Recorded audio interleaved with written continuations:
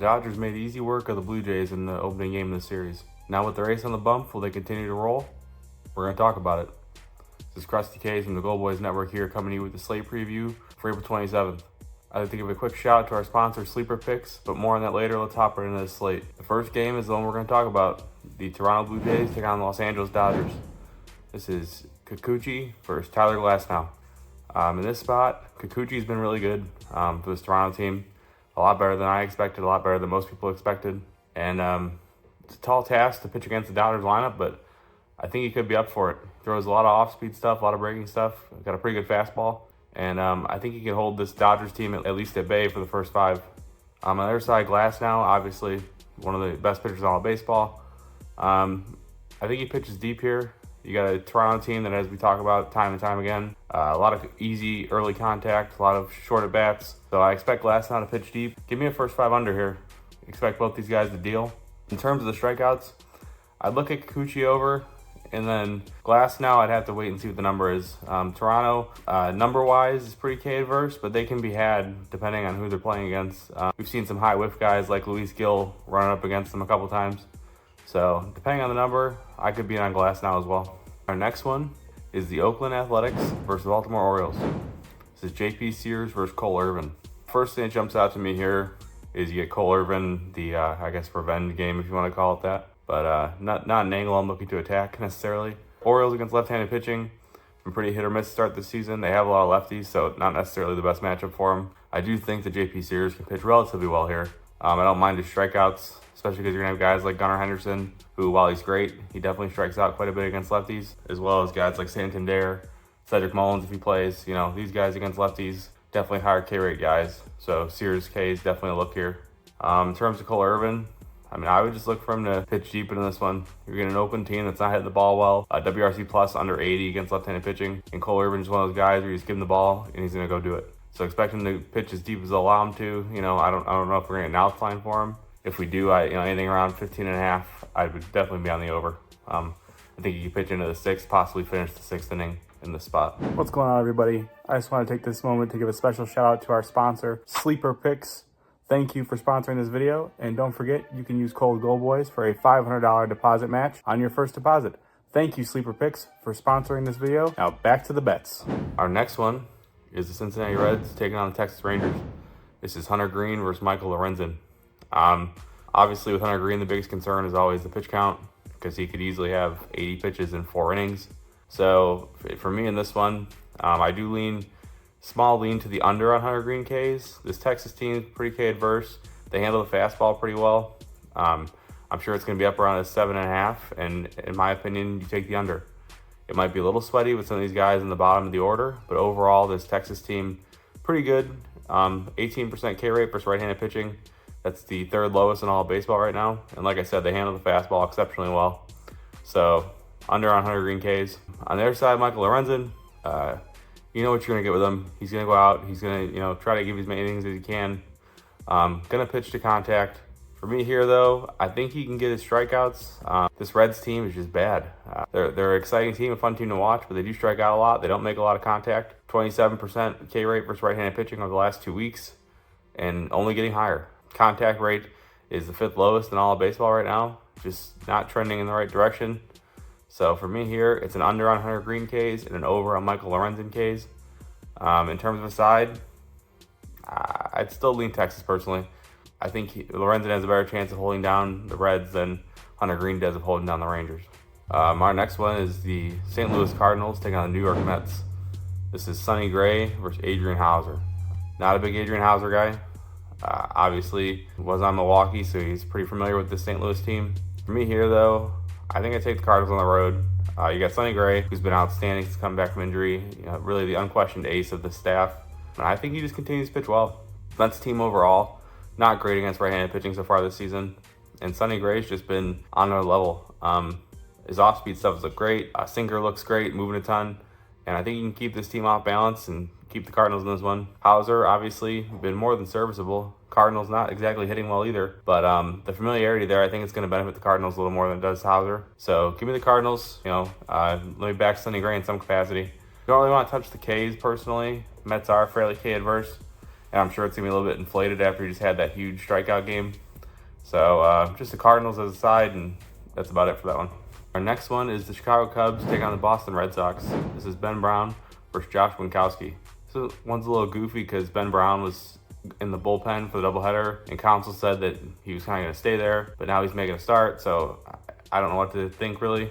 He should be on a normal workload though. He is on normal rest, so no real concerns there. I do like him against this Boston lineup. He's looked really good, and I think this Boston lineup is not good. So I expect him to be able to pitch well here. Give him 5-6 innings, relatively easy. Winkowski on the other side, can't imagine him going more than like 4 innings here, and I think the Cubs can get to him. This Cubs team is starting to heat up again with the bats. They're striking out more than I would like, but in terms of offense, they are producing.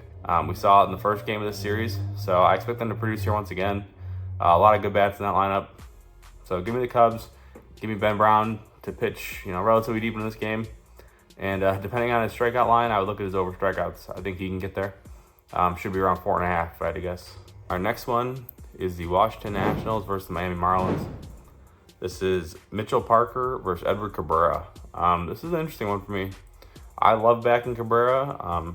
He's an elite strikeout guy. Command, obviously a little suspect. So it is a concern here against Washington. I'll be curious to see what they set his line at. Washington, by rule, pretty K adverse. Like 5th lowest in all of baseball against right-handed pitching. Do struggle a bit with velo, especially some, like certain guys like Gallo, Nick Senzel. So I'll be curious to see what this lineup looked like, and B, what the line is set at. Small lean was under Ks for now without a lineup or without a line, but definitely a spot, like I said, I'd have to have some more information.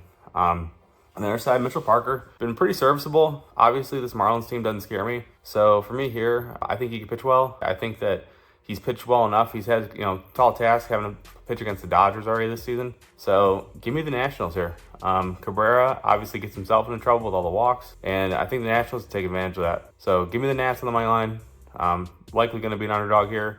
So I think they get it done.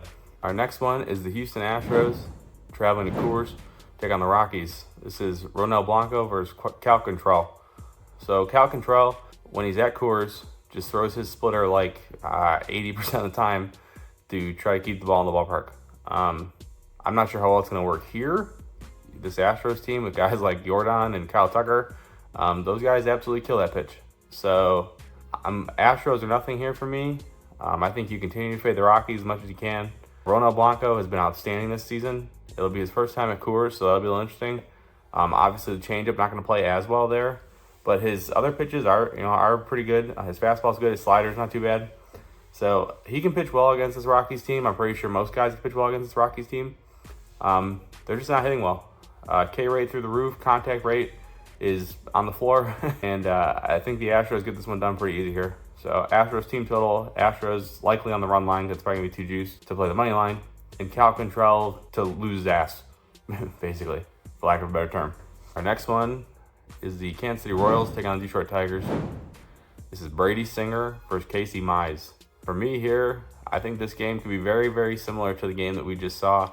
Both pitchers pitching very well this season. Really good at limiting hard contact. Really good at keeping the ball, in the ballpark. So for me here, I lean first 5 under with these starters. It's probably gonna be super square, but that's the only place I can go with this one. Singer has looked really good. Casey Mize, every bit as good. Neither of these lineups hitting particularly well right now. So I think a first 5 under, back these two starters, just deal and do their jobs. I love that. Wait, before we get back to the picks, I wanted to thank you all for watching. Friends don't let friends watch videos without hitting the like button. So go ahead and press the thumbs up button and like the video. If you're new here and not subscribed, you should go ahead and do so because we're dropping new content each and every day on the Gold Boys Network. We strive to cover every sport and give out picks and analysis and valuable information for free on the Gold Boys Network. So make sure you're subscribed and hit the bell so you can get notified when we drop something new. I'm Brad Thomas. Let's get back to the picks. The next one is the Tampa Bay Rays taking on the White Sox, the 4-22 White Sox, who picked up a win somehow. This is Aaron Savale versus Jonathan Cannon. Cannon looked really good in his first start and then got a bit of a wake-up call in his second start. So against this Tampa team, I'm kind of torn because this team is loaded with the guys that we're familiar with, but they're not exactly swinging it well, so it's tough to trust them. But I just have to imagine that they can get to him here. He's a pretty heavily reliant guy on like a sinker cutter, and this Tampa team should be able to handle that. Velo, below league average, around 91, 92. So I think Tampa can get to him. And in terms of pitching, I think Savale can handle this White Sox lineup. Eflin just wasn't sharp in their first game. He started out really good, and then seemed to kind of just lose his own. I don't know if it's because it was a little bit chillier or not. Just ended up not looking very sharp by the end of it. So I expect Savale to pitch well. I expect him to look sharp, keep the ball on the ground, work quick through this White Sox lineup. And Tampa, I think, picks up the win here. I'm not sure I'm willing to bet on it, but I go Tampa Bay. Tampa Bay pass. Our next one is the Yankees taking on the Milwaukee Brewers. This is Carlos Rodon versus Joe Ross. Not a big Rodon guy.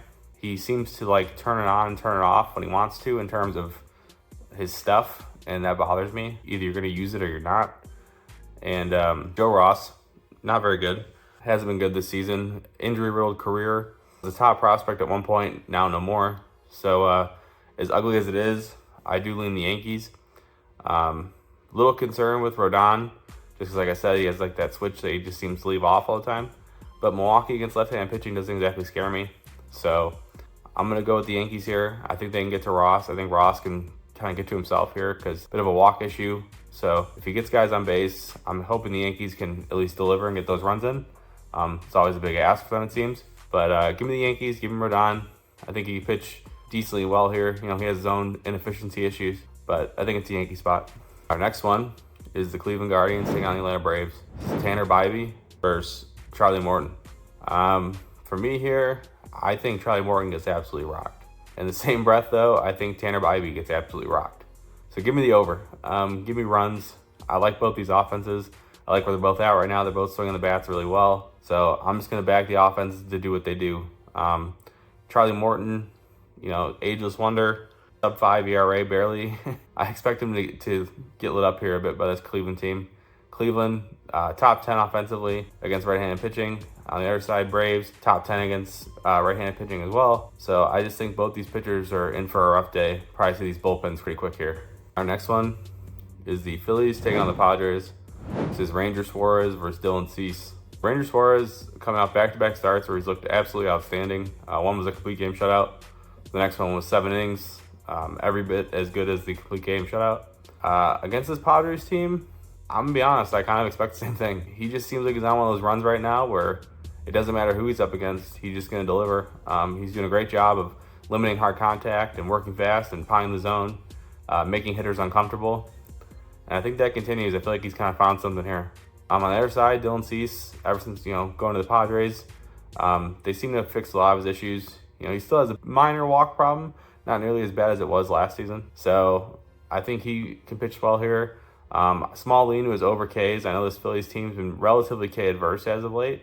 Kind of impressed me quite a bit, actually. But Cease is one of those guys where his stuff's kind of just matchup proof. So depending on the line, I lean over on Cease Ks. First 5 under right here. Nerfy spot, probably going to be square and juice to high hell, but I like the Nerfy here with these two guys. Biggest concern, obviously, would be the Schwarber first pitch swinging and he hits a bomb. But they're pretty aware of that now because I'm pretty sure he just did it in the first game of the series. So yeah, give me a first 5 under, give me a Nerfy, small lean to Cease over his Ks, and Ranger Suarez the deal. Pitching out's probably a great look. I'm sure he's going to go 6 innings. Our next one is the Pittsburgh Pirates taking on the San Francisco Giants. This is Martin Perez versus Jordan Hicks. This one's an interesting one for me. Jordan Hicks, last season, steadily over 100 miles an hour on his sinker, if you want to call it that. He was out of the bullpen, though, obviously. This year, he's a starter. He's backed it down a few ticks so he can pitch deeper into games, not tire out as fast. It's still effective. He's still pitching very well, but he's not generating the strikeouts he was. I am curious to see what this Pittsburgh team does. Because they don't chase outside the zone. They kind of just stand there and let you make your own mistakes. But he's been pretty good at kind of finding the zone with it. And I think they could struggle with the velo here. I'll be curious to see what the line's at. So I'll take a small lean over Hicks's Ks. Martin Perez on the other side, depending on the umpire, he's one of those guys where, you could either be on his over or his under. Relies heavily on being able to work in and out and hit his spots and, get some favorable calls from the ump. So definitely need an umpire before I'd ever look to attack Martin Perez Ks. But definitely not a spot where I could talk you off him. This Giants team against left-handed pitching, not great. So small lean, both overs for the pitchers, and no real interest in a side in this one for me. Our next one is the Minnesota Twins taking on the Angels. This is Chris Paddock versus Jose Soriano. Chris Paddock coming off the no-hit bid against the White Sox. Very exciting time for him. probably best start of his entire career. And I want to fade him into oblivion against this Angels team. That's a guy who I don't think he's very good. His stuff does not grade well. He just caught a bad White Sox team at the right time and took advantage. So I'm sure a lot of people are going to see that, and not take it for what it actually is and want to back the Twins here. But for me here, it's the Angels. I think Angels team total is a great look. I think they can get to Paddock. In terms of anything else in this game, Soriano, not really efficient at all, but super, super, super elite K stuff. So depending on the line's at, I love his Ks. Obviously Minnesota, second highest K percent versus right-handed pitching so far this season. Same thing for the last 2 weeks. Contact rate, they're bottom 2. Chase rate, they're top 5. So I mean, you're getting all the stuff you want in terms of strikeout stuff for Soriano to be able to rack them up. The last one on the slate is the Arizona Diamondbacks taking on the Seattle Mariners. It's Slade Cecconi versus George Kirby. Cecconi picked up his first major league win in his first start of the season this year. That was his last start. He is making another start here with Merrill Kelly being hurt. This is a tough spot, though, against this Mariners team. Over the last 2 weeks, 128 WRC plus versus right-handed pitching. I think they can really light this kid up. His stuff is not great. He caught a bad Giants team in his first game, so it made him look a little better than he actually is. And this Seattle team could be the wake-up call that he didn't want. On the flip side, though, I think that Kirby's reliance on being in the zone is going to hurt him against this Arizona team, who's very good at hitting the ball, extremely high zone contact rate. So give me the over here. If you had to pick a side, I would go like Seattle team total specifically. But I think full game over is going to cash the same. Small lean to Kirby under Ks. Sometimes when guys are kind of losing it, they end up racking up Ks in the process. So don't love that if I'm expecting runs personally. But yeah, give me game total over and Seattle team total over if I'm looking at one side specifically. That does conclude our slate though. I appreciate everybody for tuning in. If you guys could do me a favor, drop a like, drop a comment. Let me know if there's something I could change or do better. I appreciate all the feedback as always. If you have a gambling problem, please dial 1-800-GAMBLER. Thanks guys.